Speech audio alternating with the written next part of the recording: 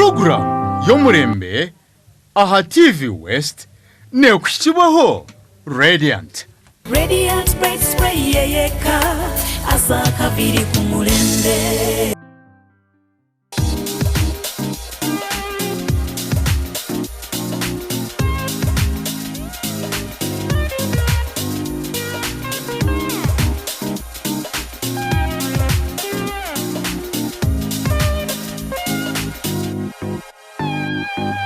Omulebi wa TV West ningutangira aha program y'omurembe nanye Jacqueline Arinda bitaba kututamusente kurebeka ngo iki program twagibashitseho n'aba Radiant mbakujana ngo rebeke kurungi kandi nko kutukuza kureba butimba bw'abagore wabo uri umugore oine ko samashtaga Radiant kurebeka ngo warebekaje erizoba ntwenda kureba obutimba bw'abagore obw'omurembe ntwenda kureba aho bwargire na hati aho buri obutimba obakare bakabajwara obutimba bukubashweka emikono kandi bukurebekaje bukaburiyo bw'omurembe na mnonga twaza kureba nka Princess Diana akatimba kiyajwire kakakine akatimba karengwa ko kwata konka kine mikono miringwa hazeje mikono miringwa Princess Diana noreba akashwerwa umwaka ogwakare mnonga kandi yasigara narebekaje kandi aine nekitinsa cye bajeje baffe bayambalanga gauni ekika kino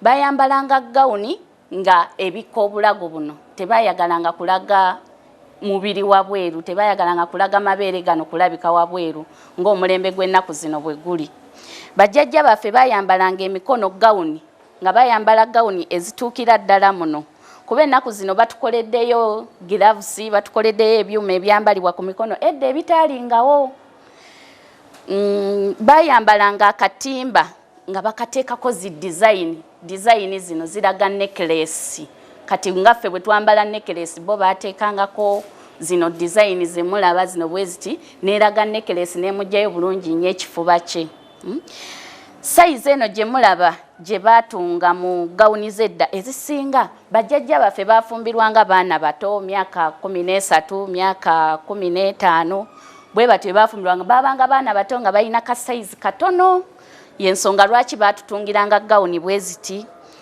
ennaku zino batuterako ebintu ebyaka ku gauni zeziriwo naye gauni zezedda bafubanga okulaba kuba balinanga butimba bwo nga bwe ba designinga ku gauni zaabwe okubeera nga zirabika bulungi bateekangako egundi zino neti zino kuba baberanga baana bato nga tebalina nviiri ennaku zino tustylinga enviiri tukolaki naye baberanga baana bato nga babambaza biwiivu ne bateekako ekintu kino okusobola okubeera nga abeera smart bwatyo nga bwolaba omukyalo ono bwayambadde olwaleero bwe batyo bajjajja baffe bwe bayambalanga gauni zino ennaku zino genda nolaba gauni ng'egezze bweti naye ekyedda tekyalinga engeri gye baali baana bato nga tebaagala bakaluubiriza kusitula bintu ebyo binene munda batunganga gauni nga ntonotono ne bateekako tailo emabega eno ogiraba bwe yabeerangako embaga zaabeeranga mu kyalo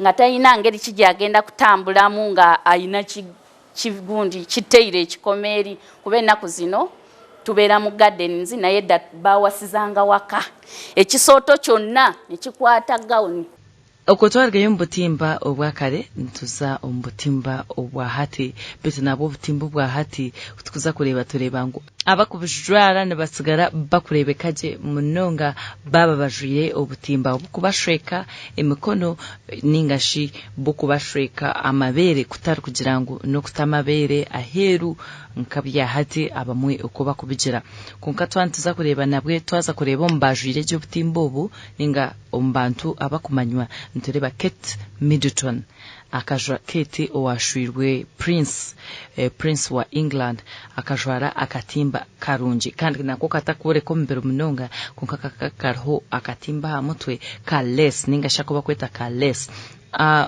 ishokirye rikari simple ishokirye rikari tari iryamani munonga no basa kugira ngo akakosa Radiant kandi ka veil ke kakakari akamani nako kakurebekaje munonga nawe mulabye omukyalo oli gwe tubadde twogerako omukyala owedda nga bwe bayambalanga. Ennaku zino ebintu bigenze bikyukamu.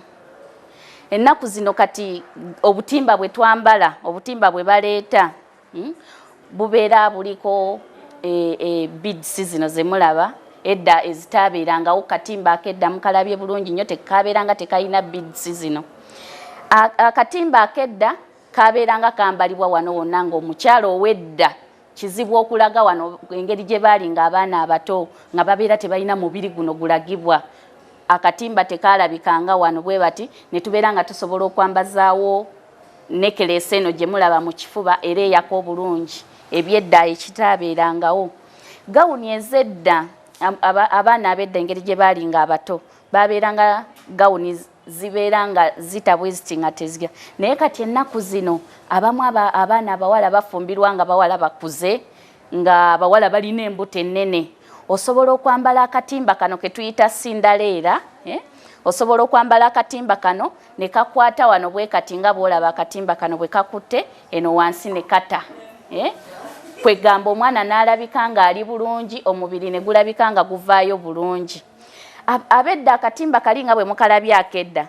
Abakyala bayambalanga, abagole babambazanga ne babeera nga babambaza emikono nga gikoma kuno. Naye ensangi zino, ennaku zino omulembe gukyuse. Baatuleetera gloves, ennaku zino twambala gloves eza zirina zikoma guno. Buli gye tuva tulaga bwe tutyo omulembe gugenda gukyuka, n'ennyambala ng'ekyuka, n'obutimba era bubeera bukyuka ng'obutimba bwe mubulaba buno. Abakyala abedda babeeranga batono nga wano zipu. Tusobola okukozesa zipu ne tusiba wano eno omubiri gwabwe.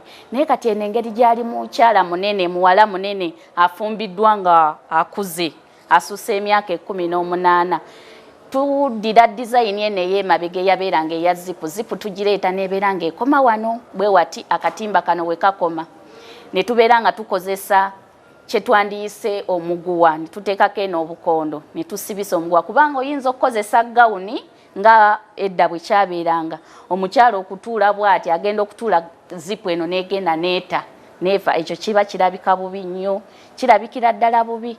Era tulina kukozesa buno obuguwa ne tukusiba bulungi nnyo, omubiri ne gubeera wamu n'obeera ng'okwatidde ddala nga zipu tesobola kuvaayo kukutuka. Ensangi zino obutimba buno abantu abagole bwe bayambalanga abedda bwabeeranga tebuli smart wadde n'akatono. Kabeeranga akatimba k'ensiri. Naye ennaku zino kabeera akatimba ak'omulembe ate nga kali hard. Tulina okufuba okulaba nga tukadesigninga n'oteekamu beads kuba ensangi zino beads weeziri. Tukola ekintu ekirungi eky'omulembe. Ne tuteeka akatimba kano kwegamba ne kabeera nga kalabika bulungi nnyo.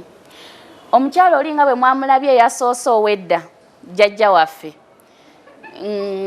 Gundi zino enviiri tebaalinanga nviiri naye ennaku zino omulembe abantu balina enviiri. Batuleetedde weave, ebintu bikyuse. Batuleetedde weave kati omukyalo omuteekako bulungi nnyo weave ye n'ogistayiringa bulungi n'alabika bulungi n'avaayo. Twali tetulina byuma bye tuteeka mu mutwe era omukyalo oli mwamulabye ng'ali plain. Naye kati ennaku zino tubeerayo ne beads ze tudesigninga okugenda mu nviiri kwegamba omukyala n'avaayo ng'alabika bulungi. Omuwala n'abeera ng'alabika bulungi. Abantu bedda tebaawumulanga matu era kizibu okusanga jjajja ng'alina okutu okuwumule. Naye ennaku zino tuwumula amatu n'oteekamu ak'okutu nga kafaanagana ne necklace gy'ayambadde mu bulago kwegamba omwana n'avaayo ng'alabika bulungi. Twayogedde ku make-up owedda abagole gwe baakozesanga era mwamulabye. Edda tewaabeerangayo kala zino ze mulaba kati ennaku zino ze tuteekako. Naye ennaku zino omugole omuteekako kala yonna gy'abeera ayagadde kuba weebiri. Era omulembe mugulaba gukyuse, omumwa gw'omukyala mugulaba bwe gulabika. Ka lipstick akalungi akavaayo bulungi. N'olabira ddala ng'omuwala kyekyo. Ne bw'aba akuze asobola okuddayo mu myaka giri omukyala gy'alina okufumbirirwako olwa make-up ono gwe tukola ki? Gwe tubambaza. Leka tuze mu kahumuro na bwanyuma tugarye.